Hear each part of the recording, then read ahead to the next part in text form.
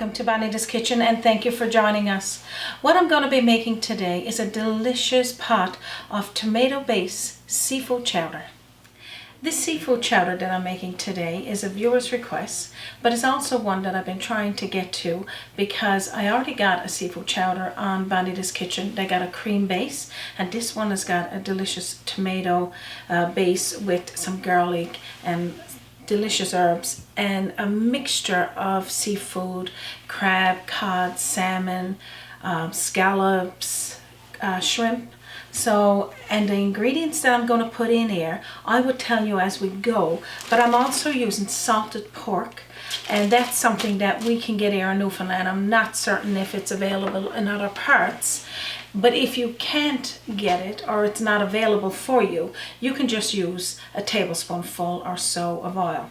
So what I'm going to do now is get my cast iron pot ready to go, and we'll get those the pork frying, and then we call it scrunchins. While I'm waiting for my cast iron pan to get nice and hot before I put this pork in, I got a medium onion chopped up, and we got a variety of vegetables. Parsnip is something that I love in soups and stews, and certainly now in this chowder because it got a little bit of sweet taste to it. Carrot, potato, and celery. I'm not using turnip in this one, but you can use turnip if you want to. And again, that's the seafood. So what I'm going to be doing, once we get this at a nice temperature, we'll start with frying our pork and in butter, and then we're going to take those scrunchions out, and then we'll start frying our onions and our vegetables in there. So we'll talk a little bit about seasonings and what we'll do as we go. So now I'm going to put this in my skillet. Okay, so I'll put a tablespoonful of butter into my frying pan. Now I'm using a cast iron, but you could use whatever frying pan you got available. This is my dad's frying pan, and I always find that it works wonderful for me every time. And I got about a quarter of a cup of fat pork, salt fat pork. And here in Newfoundland, we use fat pork lots for frying for fish and brews, fish cakes. If we're doing anything cod, you know, pan frying cod or cod tongues, and all of those things are available on my site as well if you're interested in that sort of thing. That's all traditional Newfoundland recipes. Scrunchions, I believe. The scrunchions is what we call it. So pretty much what we're doing here now, we're going to fry this down, ream it down until it starts to get a light golden brown, and then I'm going to take those scrunchions out because I want them for at the end to show you what I'm going to do with it. I'm not going to tell you right now because that'll reveal the secret. So just let it fry on a medium heat, and then I'll tell you what's next.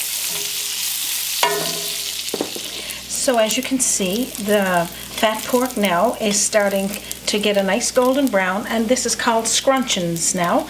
And scrunchions again is a very traditional you know, type of a meal that we would have again on a lot of our different meals with cod and such, and we got that on Bonita's Kitchen. So what I'm going to do now is take them out into a bowl and then pour off some oil into another bowl because I don't need all of that oil to start frying my onions. So I'm going to do that now. So pretty much all I'm doing here now is taking all of those scrunchions out because I don't need them in there now. If you got a couple left in there, that's quite okay as well. But this is pretty much, and like I was saying, I want these scrunchions for the very end. And I'll show you what I'm going to do with them then. But for now, we'll focus on the beginning of how to cook this delicious tomato-based seafood chowder. Put my glove on, reach for my pot, because I want to take some of that oil off there as well. I don't need all of this on. So we'll just pour off some into this bowl. We just need a little bit to start frying our potato and our onion, all of the vegetables. So I'm going to toss in my onions first. So pretty much what we're going to do here now is start to brown off the onions, and then I'm just going to put a little tiny bit of that oil back in there because I poured it just a bit all out. We're going to continue frying this. I'm going to be putting some salt and pepper, and there's about a half a teaspoonful of each, over the top. And I'm not going to do the garlic yet because I don't want the garlic to burn. And we're going to start frying the onions first, and then I'm going to put the vegetables in with it, and we'll start sauteing those as well. So anytime you're frying your onions, your vegetables, anything first, meat, pork, doesn't matter, it brings out those flavors, and having that brownness to it before you start making something always, it infuses a lot of different flavors. So what I got here is, and I will have the ingredients below this recipe, but it's some carrot, potato, celery, and I got a parsnip. Now if you don't have access to parsnip and you want to use a turnip, that's fine as well. But this is the vegetables that I'm going to be using today for this tomato based seafood chowder. Absolutely delicious. And I know there's a lot of seafood chowders out there, but trust me, this one is delicious. Okay, so pretty much we're just letting this fry down just till it starts to get sauteed, or even the onions getting a little bit cooked and soft. I believe I might have said I'll have a recipe posted under this recipe. Under this video, I will have a recipe posted, and they're there to all of our videos. I'm going to put some thyme in here. I want to fry up this seasonings, because frying up the seasonings as well infuses those flavors. I got fresh thyme. You could use ground thyme, that's fine, and just use about half a teaspoonful or so, and just mix that around. And I'm going to be also adding in here a tablespoonful of brown sugar. My brown sugar's got a little bit of moisture going on here today. Just going to cook that with it. I'm also going to add into my pot about half a teaspoon to a teaspoonful of fresh dill, and you can also use the dried dill, that's fine. But I'm just using fresh herbs in this today because it's such a delicious seafood chowder. I want for all of those, very much so, all of those tastes of everything to infuse together. Be absolutely delicious. This is just about done here now. What I'm going to do is remove this from my damper and put my boiler there, and then we'll start adding in the ingredients for that. Before I do that, I'm going to put 2 cloves of garlic into my frying pan, and let that fry as well with the vegetables. The vegetables is part cooked, and that's all I want to cook the rest ways in the boiler. And this is just to start cooking in that garlic in through those vegetables as well. So just a couple of, just maybe a minute, just to move it around and start to getting that infusing in with the vegetables. And now I'm going to take it off and put the pot on there. Okay, so what I'm going to do now is toss all of those vegetables down into my boiler, and then I'll show you what's next. Okay, so just dump it all in there, just being very careful. You don't want to burn yourself. And those vegetables, as you can see, they're lightly sauteed, and the onions is soft. So now what I'm going to do is put the boiler on to my stovetop. Okay, so what I'm going to do now is add in to my pot 2.5 cups to 3 cups of broth. Just dump it on in, and it could be a stock that you made yourself. You could have vegetable stock, you could have chicken stock, whatever you want to use. It is a seafood chowder, so vegetable stock would be better to use. And just put the cover on there and let that simmer. So when your boiler starts to come to a boil with the vegetables in there and the vegetable stock on a medium to high heat, and let that boil to anywhere from 10 to 15 minutes until your vegetables in there is fork tender. So you can just poke them and you'll feel that it'll just break apart, not too soft. So while we're waiting for that, what I'm going to do is show you another little thing that I'm going to use in this delicious tomato based seafood chowder. I'm going to be making some homemade croutons. So I'm making my homemade croutons with stale bread. Now, anytime that I got extra bread that's left over and it's stale, I put it aside for either homemade dressing, which is a stuffing, or homemade croutons, because seldom do I buy croutons in the store. This is going to replace having bread or buns with your seafood chowder, because this is going to be used at the end and top it with your seafood chowder. So cut your croutons into nice sized chunks using the eel of the bread as well, because all of that can be browned off nice. So just chop it up in chunks like this. Then what I'm going to do is just put it over into my pan. Just move this to the side, I don't need that. Pull in my pan, season it with some garlic powder, onion powder, salt and pepper. And you, depending on how much you're making, would depend on how much you're putting there. So this is just a small amount and is only about a quarter of a teaspoon of each one. Drizzle it with a nice drizzle of olive oil or oil of choice. Toss it around like this. Then put it into a preheated 350-degree oven for 15 minutes. So I'm going to grab the one I already got. I'm going to put this right in the oven. Okay, so what I'm going to do, I'm going to put these in the oven, and I'm going to take these out, and I'm going to put it into my little bowl there. And that's your homemade croutons. So that's what they look like. Absolutely delicious. So right now, I'm just going to put this pan down for a second. Right now we got our scrunchins, which is nice and crispy, and we got our croutons. So these are used mainly for putting over the top of our tomato based seafood chowder, and I'll show you how to garnish that once we get to that stage.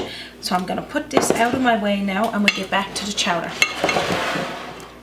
Okay, our vegetables are starting to boil here now, and I'm going to just stir it just a little bit. So again, 10 to 15 minutes until they start to get fork tender.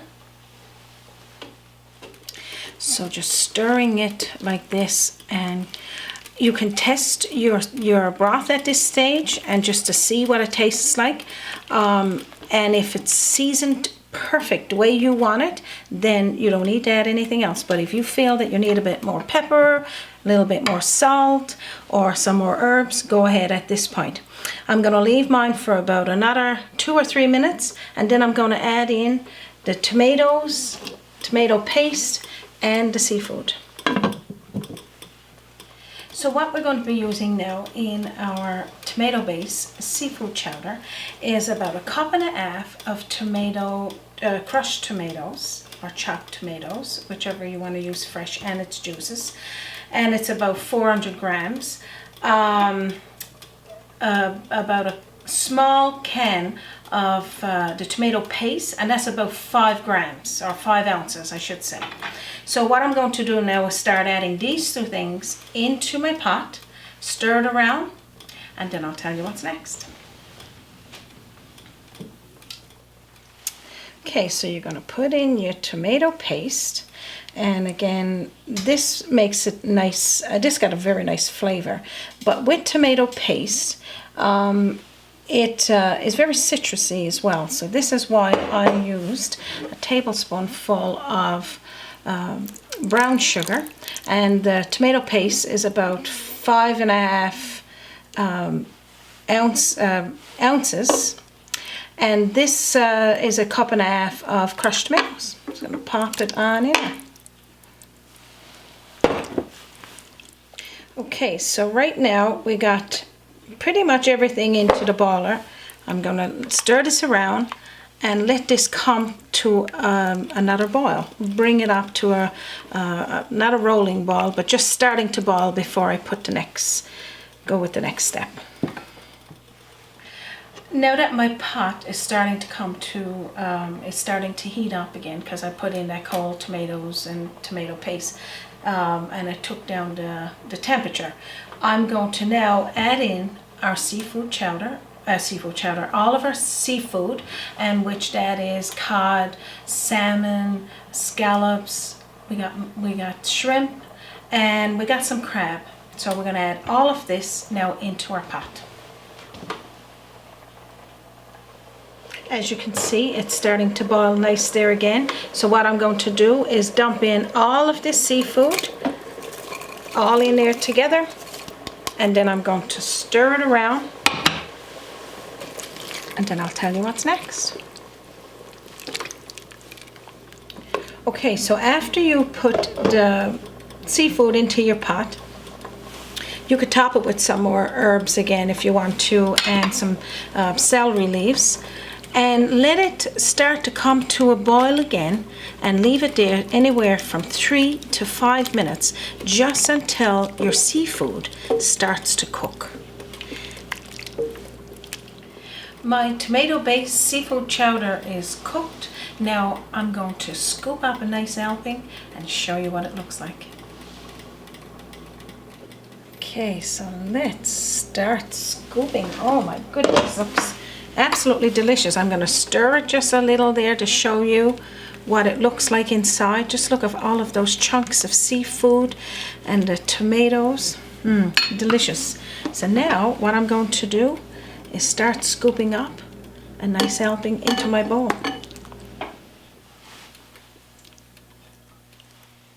Now this smells absolutely amazing as it is. You can see the salmon there, and the shrimp and the scallops and oh my gosh, like I'm speechless here now. So what I'm going to do, because of course, as you know, I'm all about pepper. So I got a little bit more pepper. I want to add a little couple of more of my thyme on there.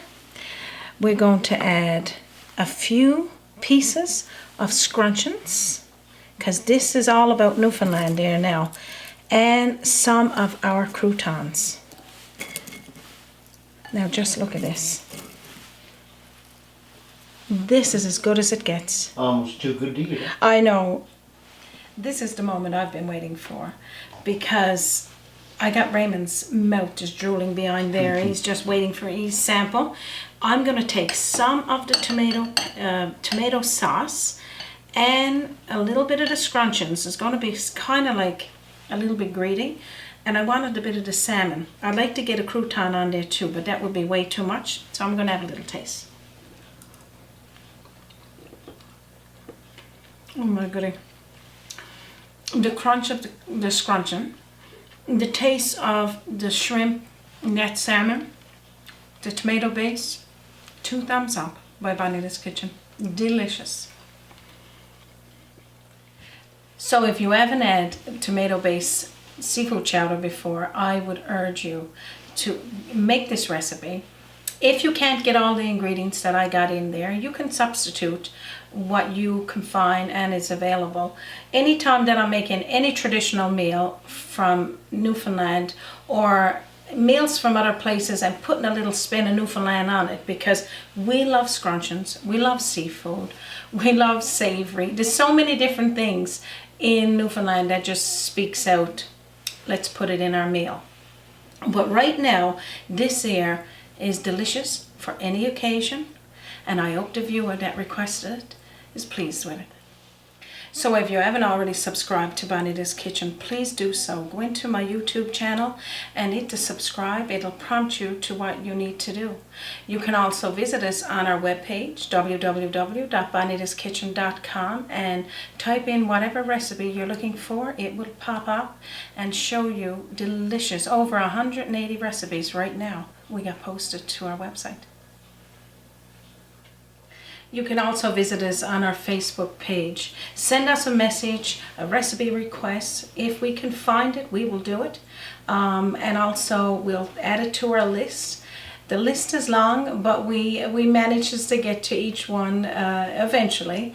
So thank you for joining us here at Bonita's Kitchen today. From our kitchen to yours. You have a wonderful day.